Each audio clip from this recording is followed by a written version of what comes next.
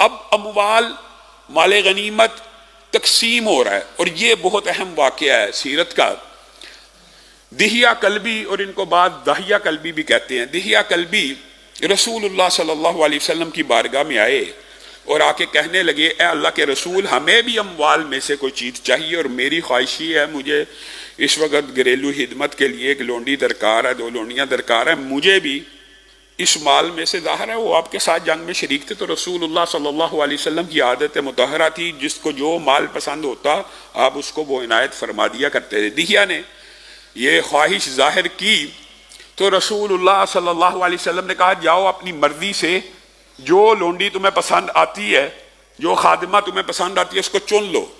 تو حضرت دہیہ کلبی نے جس لونڈی کو چنا وہ حضرت صفیہ تھی، اور جب ان کو چنا حضرت صفیہ اب کون تھی؟ بنیادی طور پر جو واقعہ پچھلے خطبے کے آخر میں آپ کے سامنے رکھا تھا کہ ابو الحقیق کے بیٹے کنانا اور ان کے دونوں بیٹوں کو رسول اللہ نے غداری کی وجہ سے قتل کیا، کس عہد شکنی کے اوپر کہ ہم مال نہیں چھپائیں گے، اور انہوں نے خزانہ چھپایا تو ان کو بھی قتل کر دیا گیا۔ تو یہ کنانا بن ابو الحقیق کی بیوی تھی، اور ان کی تازہ بتازہ شادی ہوئی تھی، وہ بھی قتل ہو گیا، ان کا باپ یعنی خامد بھی قتل ہو گیا، بھائی بھی قتل ہو گیا، اور اس کا باپ خیئی بن اخطب یہودیوں کا سردار تھا، وہ بھی قتل ہو گیا۔ تو دہیہ نے جب ان کو چنا تو صحابہ میں سے ایک صحابی، بعض روایات میں دیگر صحابہ اور ایک صحابی نے آگے بڑھ کے جسارت کی اور رسول اللہ صلی اللہ علیہ وسلم کو کہا یہ دہیہ نے جس کا انتخاب کیا یہ یہودیوں کے سردار کی بیٹی ہے، اور یہودیوں کے بہت بڑے سردار کی بیٹی ہے، کنانا بن ابو الحقیق کی تازہ دلہن ہے، اور خیئی بن اخطب کی بیٹی ہے۔ یہ آپ کی شان کو لائق ہے کہ اگر آپ نے لونڈی بھی بنانا ہے تو آپ بنائیے، اور اگر آپ اس سے شادی بھی کرنا چاہتے ہیں تو آپ کیجئے۔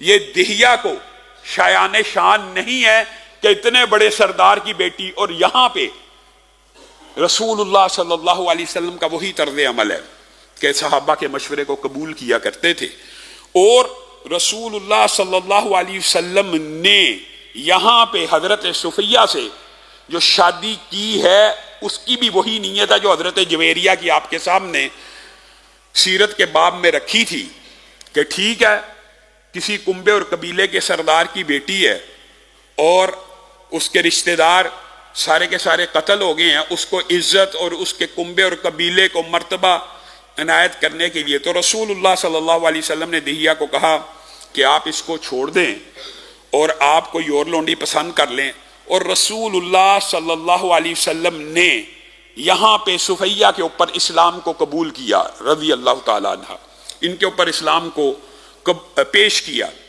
تو انہوں نے سب سے پہلے رسول اللہ صلی اللہ علیہ وسلم کی دعوت کو، اس نکاح سے پہلے اسلام کی دعوت کو قبول کیا، اس کا دباچہ کیا وہ بھی آپ کے سامنے رکھیں گے۔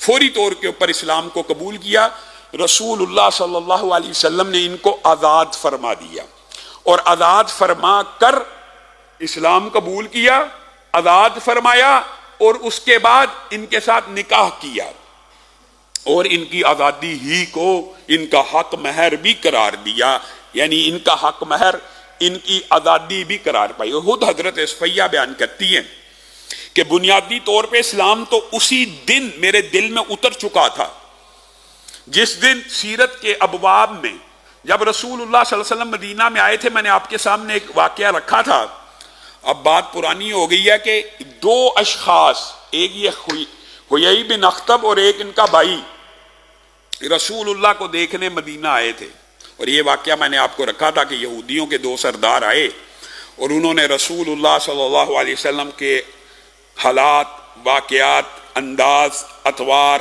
اخلاق، عادات کا مطالعہ کیا اور بے شمار پریشان ہو گئے۔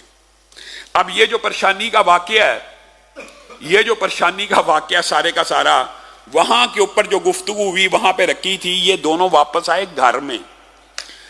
اب حضرت صفیہ اپنے باپ کو اور اپنے چچا کو پریشان دیکھ رہی ہیں، اور یہ وہ وجہ تھی کہ حضرت صفیہ نے فوری طور پہ اسلام کو جو قبول کیا، اور انہوں نے اپنے سگے باپ اور سگے چچا سے بچپنے میں یہ بات سنی تھی۔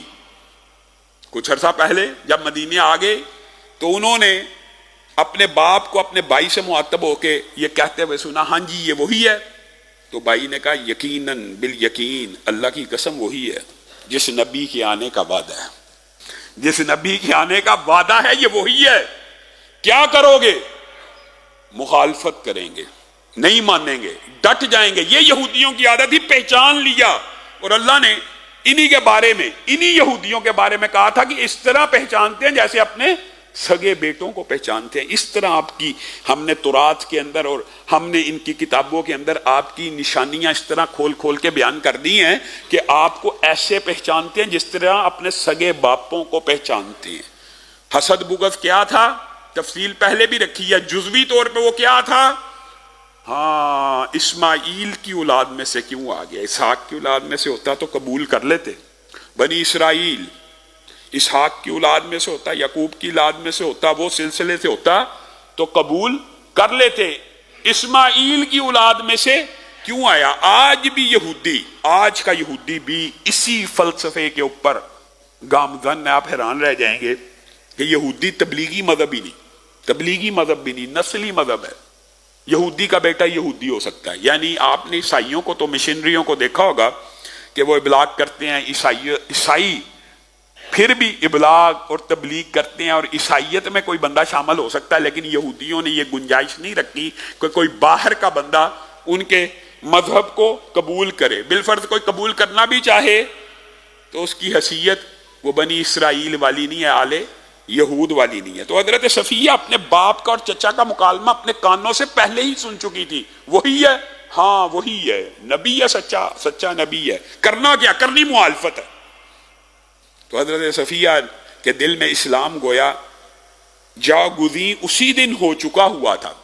اور پھر رسول اللہ صلی اللہ علیہ وسلم نے ہماری ماں کے چہرے کے اوپر ایک نشان دیکھا، نیل پڑا ہوا، جس کو ہم اردو میں نیل کہتے ہیں، ضرب لگی ہوئی۔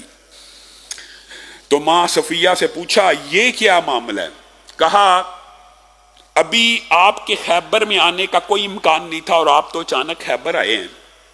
میں نے ایک رات خواب دیکھا کہ آسمان سے چاند ٹوٹا اور میری گود میں اتر آیا۔ سبحان اللہ۔ کہا اپنے خامند کو میں نے یہ خواب بتایا۔ یہودی اتنے بڑے معبر ہوا کرتے تھے، علم تھا لیکن استعمال غلط۔ اپنے خامند کو بتایا، کنانہ بن ابو الحقیق کو بتا دیا کہ میں نے خواب دیکھا ہے، تو اس نے میرے منہ پر تھپڑ لگایا، تعبیر بھی نکال دی کہ تو یثرب کے بادشاہ کے ساتھ شادی کی خواہش مند ہے۔ یعنی اس نے تعبیر سمجھ لی اور اس کے ذہن میں یہ بات آ گئی کہ اس وقت دنیا کے اندر کوئی ماہتاب ہے، کوئی چاند ہے تو وہ آمنہ کے لال ہی ہیں۔ لیکن عقل پھر نہ آئی، ہدایت پھر نہ ملی، اور ان کے چہرے کے اوپر ضرب کو لگایا۔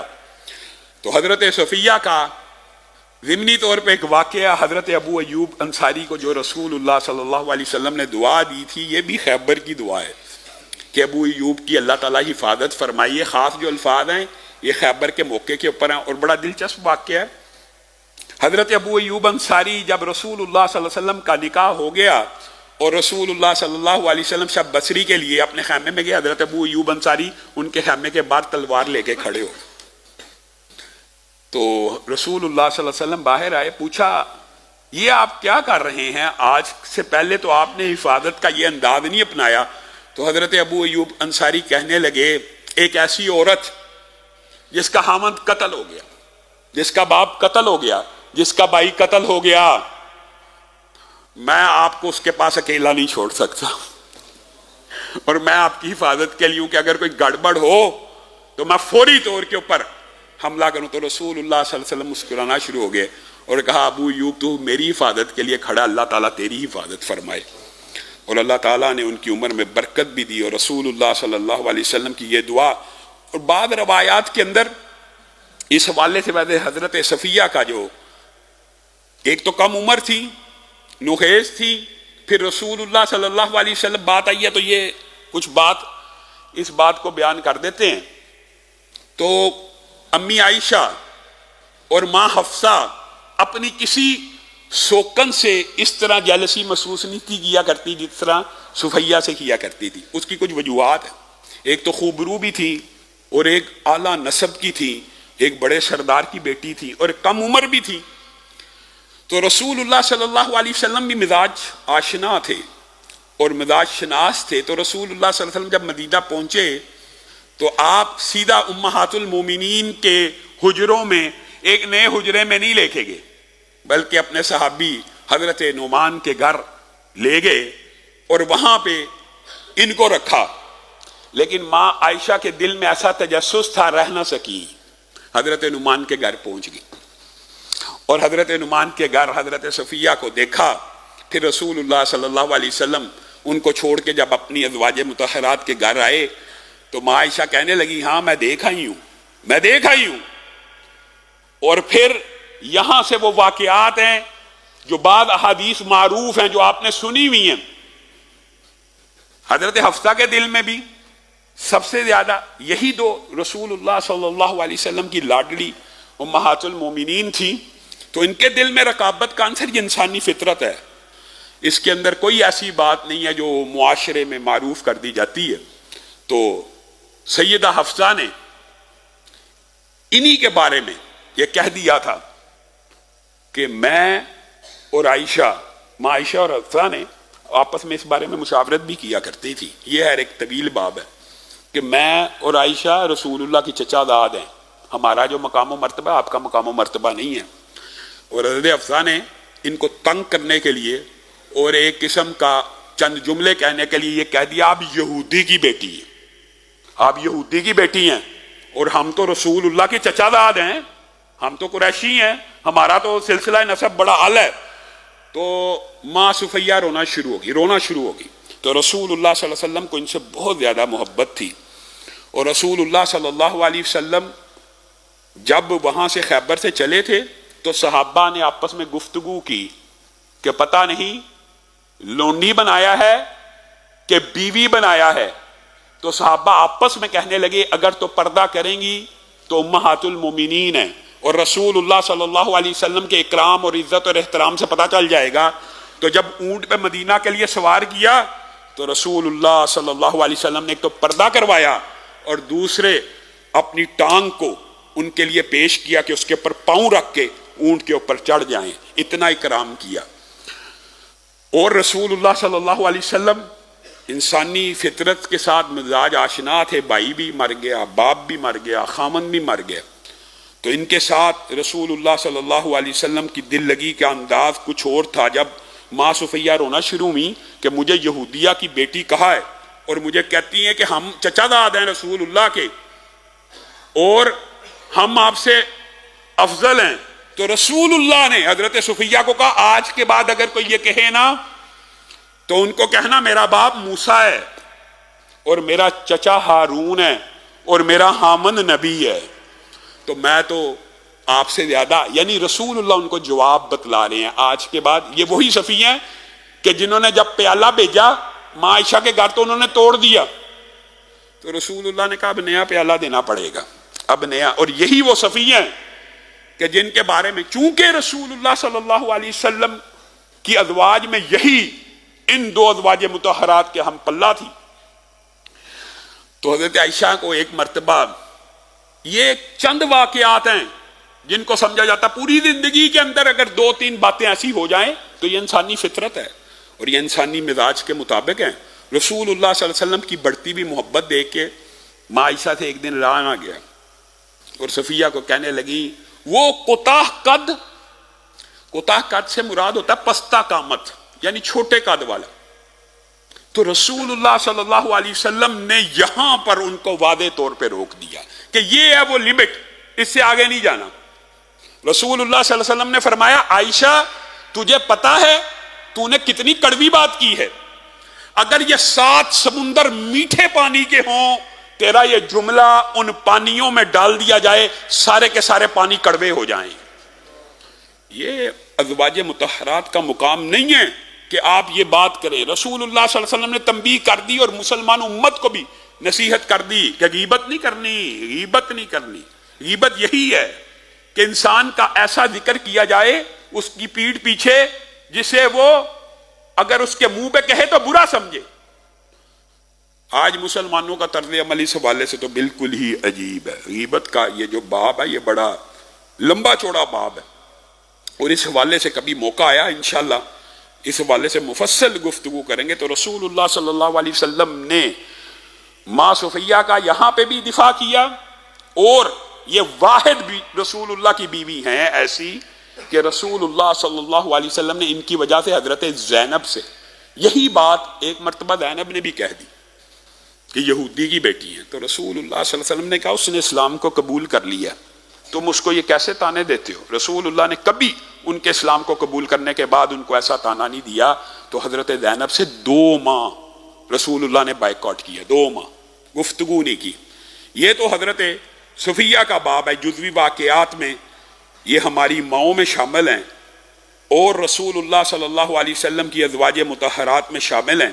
اور بعض لوگوں نے اس حوالے سے بھی کہا صفیہ ان کا نام اسی لیے رکھا گیا تھا کہ یہ رسول اللہ صلی اللہ علیہ وسلم کی زوجہ بن